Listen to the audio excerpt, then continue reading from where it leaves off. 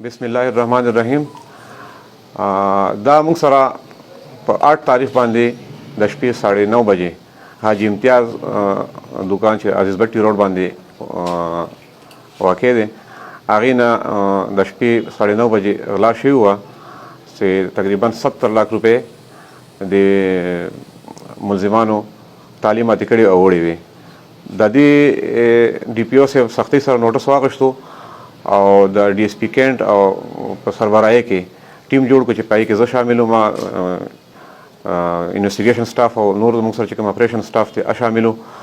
په دې کې موږ ابتدایي طور باندې سی سی ټي وي کیمرو نه مدد واخیستو، د ګاډي نمبر مو چیز کو او هغې پسې چې کوم دی لوکل انفارمرانو سره مو رابطه وکړه، هغې په مدد سره مو چې کوم دی دغه 2 کسان سره د ګاډي چې کوم موقعو کې استعمال شوی ارسټ کړل او د دې 2 کسانو نه موږ تقریبا 19,79,000 روپۍ ریکور کړي.